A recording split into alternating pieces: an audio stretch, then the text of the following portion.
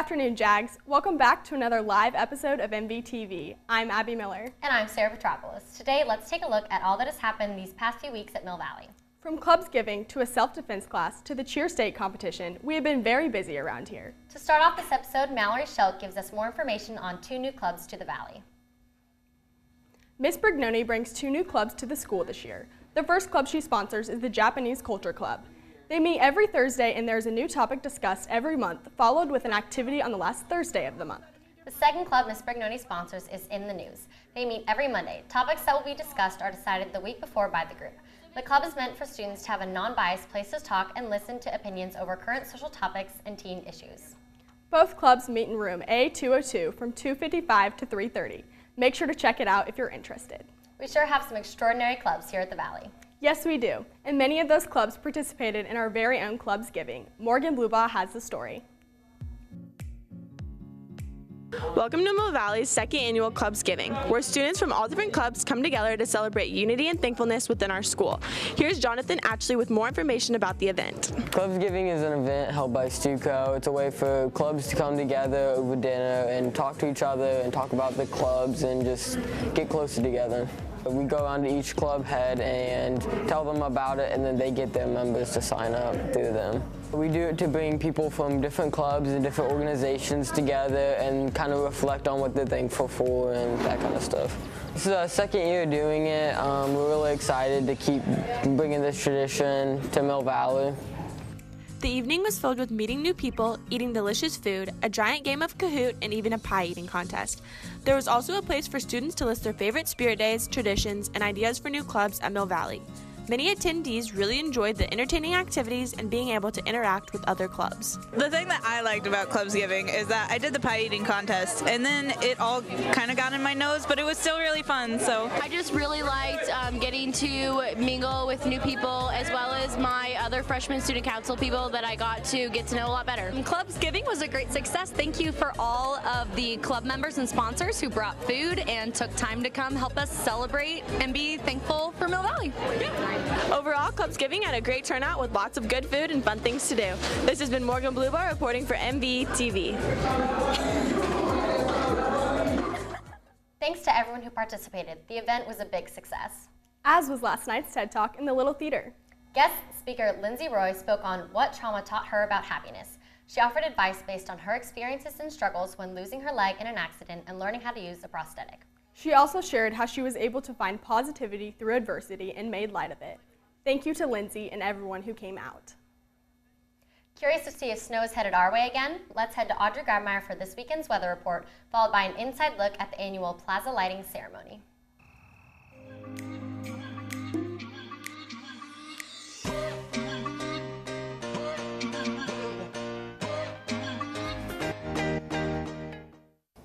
Good afternoon, Jaguars. This is Audrey Grabmeyer here with your weekend weather update.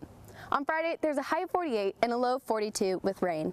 On Saturday, it's rainy again with a high of 46 and a low of 31. So bring an umbrella and dress warm if you're going to go check out the plaza lights. Finally, on Sunday, there's a high of 44 and a low of 28 with partly sunny skies. That's all for your weather update. Have a great weekend, Jags. The Country Club Plaza lighting ceremony has been an annual tradition for 89 years. The lighting ceremony is held on Thanksgiving evening and marks the start of the holiday season in Kansas City. The tradition began in 1925 when Charles Petra draped a single strand of lights across the plaza's first building. 3 years later, the decision was made to light every building throughout the plaza. Petra and his crew would climb up ladders and attach the lights by hand, taking over 6 months to finish. However, now the installation crew from Capital Electric is in charge of all the lighting. The crew strings more than 80 miles of lights using a coding system to outline every tower, dome, and window. After all their hard work, the ceremony begins on Thanksgiving with thousands of gathering by the main stage on Nichols Road and Pennsylvania Avenue. The ceremony begins at 5 p.m. with giveaways and live performances from local talent. Just before 7 p.m., an honorary guest comes to the stage to flip the switch that turns the Winter Wonderland on. If you didn't make it to the lighting ceremony this year, make sure to head down to the plaza next year to see Kansas City's wonderful holiday tradition. This has been Sophia Ralston reporting for MVTV. I love the holiday season, the lights, the giving of gifts, and the shopping. And with shopping, it is important to think about one's safety. Mill Valley has taken new safety measures. My co-anchor gives us more information on the new security, followed by an inside look with Annie Hogue on the self-defense class held on the 15th. This year, some new security measures have been put in here at the Valley. Let's take a look and see what they're all about. I think with the recent trends, it just shows that there's more need for safety. And although we were doing a good job, still having a door that was unlocked and people could come through all the time just didn't make sense. And so the Board of Education decided that with the money that they received from the bond issue, that they would buy these new doorbell cameras, I guess we can call them. There is a doorbell outside of the main entrance, and you just walk up to it. You push the doorbell, it automatically rings our phone. It'll pop up on our computer screen as well. And then we just hit answer. We can talk to the patron. If it's a student that's gone out to take pictures or a parent that we see all the time, we can just hit unlock and they automatically can come in. If it's someone that we don't recognize, we can use the speaker and just say, you know, how can we help you? To me, the benefits it's time, okay? So if a bad guy was actually coming to our school to hurt us, this gives us more time to be ready or to get someone coming to help us if the bad guy gets in the school, right? So if the door was just unlocked, the bad guy could just walk in and come in and hurt us, whereas now he either has to wait and push the doorbell or they're gonna have to do something more destructive to get in the building to get in faster. So many patrons have come in and said they are so happy to see that we have it. It's just one more layer of security for our kids. It's good to know that we'll all be a lot safer here at the Valley. This has been Sarah Petropoulos reporting for MVTV.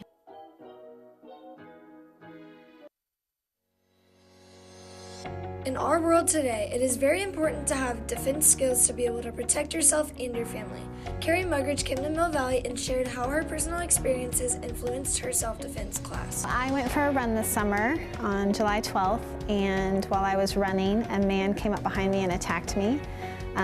My brother had taught me a few self-defense moves, and so I kind of used those and was able to escape. After I escaped, I contacted the police, let them know what happened. People in the community found out about what had happened, and I had no idea it was so prevalent.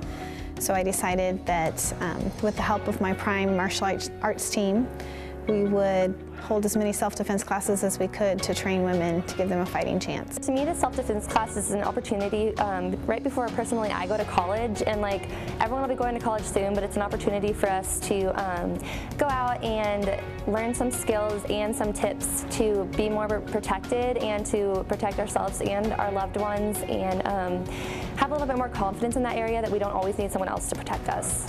Self-defense is not something that is going to teach you how to beat a man in a head-to-head fight. That's never going to happen probably, but it will teach you how to stun a man, soften him up so that you have the chance to escape. Many of my friends and I just are not aware of our surroundings, and we are a little too comfortable in our little Shawnee bubble that we live in, and so I thought that we needed to get some awareness and help the girls I know feel more empowered. It's great to see that the Mill Valley community has come together to practice some life-saving self-defense strategies. This has been Annie Hogue reporting for MVTV. What? They're watching your pattern. You see them at the grocery store. Thanks, guys, but it is not only important to keep ourselves safe, but our oceans too. Pollution has become a big problem in our world today. My co-anchor tells us just how plastic straws in particular have affected our oceans and its marine life. When you order an iced drink, you usually don't think twice about the plastic straw you are using. But little did you know, there are many harmful effects that come with. Plastic straws are one of the leading contributors to ocean pollution. Americans use an average of 1.6 straws per person per day, and more than 500 million of those straws are thrown away each year. That's enough straws to wrap around the earth 2.5 times. According to strawlessocean.org, straws are too lightweight to be recycled. Because of this, the straws typically end up in the landfill or on beaches and coastlines. Once in the ocean, the straws resemble food to the marine life, which can cause a blockage in their digestive system. If we don't do our part, there will soon be more plastic than fish in the ocean. Join the pledge and make a small change by asking for no straw with your drink. Everyone must play a role in order to keep our oceans clean, down to the last straw. This has been Abby Miller reporting for MVTV. This small change could make a big difference to save our oceans. I agree. Oh, and I forgot to ask how cheer did at state last weekend. The team did great, but let's go to reporter Leif Campbell to get a deeper look. On November 17th, the Jaguar cheer team competed in Topeka for their state cheer competition.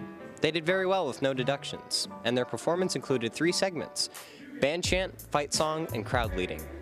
It's exciting to come to state for our first year because it'll maybe let the community see that we put in a lot more work than they think we do. We had multiple 4-hour practices. We've been practicing after or before the football games every Friday since October. We go from school to practice to the game and then home at like 10 o'clock. So we spend a lot of hours with our team. When we go to regular cheer competitions, we have an actual competition routine. So we do like flips and stunts and pyramids and an individual stunt. Whereas when you come here, you have a band chant and your fight song, and you do a cheer.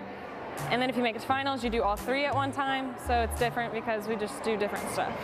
Awesome job, cheer team. I'm excited to see what you do in the future. This has been Leif Campbell reporting for MVTV. Thanks, Leif. To wrap up this episode, reporter Ashley Grega gives us the information behind sleep deprivation and how it affects our daily life. About 8% of teens get enough sleep every night. Sleep is vital for our bodies to function properly. So if you or someone you know is not getting enough sleep, here's what can happen to your body physically and mentally. I think students don't get enough sleep mainly because of their busy schedules, their schoolwork and things that they're doing at school, as well as after-school activities. Research says a teen needs about 8 to 10 hours of sleep each night to function the next day. Risks of not getting enough sleep can result in weight gain, depression, lack to process or remember information, heart disease, and a variety of other health problems. Some tips for people to get better sleep can include exercising, but avoid doing it 2 to 3 hours before bedtime, limiting caffeine intake in the evening, such as in coffees, sodas, and chocolate, and lastly, turn off those screens an hour before bedtime. This is because screens give off a blue light that suppresses the production of melatonin and keeps teens from feeling tired. I'd say I probably get 2 to 4 hours of sleep per night, but I do have insomnia. I try to go to bed before like 3. I am really tired all the time, and I do almost fall asleep in class a lot. Every night I get about 7 to 8 hours of sleep. It affects my day both positively and negatively because I'm able to focus more in class. Negatively, however, I don't always get my homework done. Sleep deprivation has been affecting many students in today's society. Please try to do some more self-care and get some sleep this weekend. Good night, Jags. This has been Ashley Grega reporting for MVTV.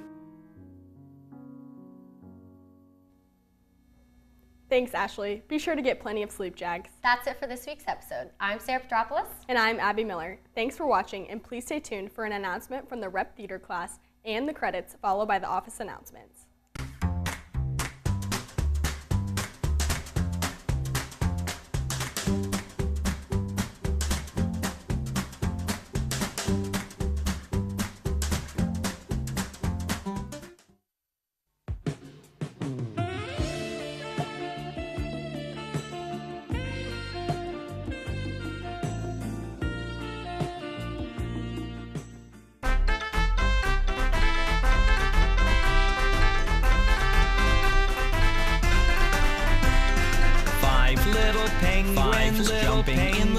Jumping in the snow. One bumped his toe. Baby called the doctor, and the doctor said, "No more penguins jumping in the snow."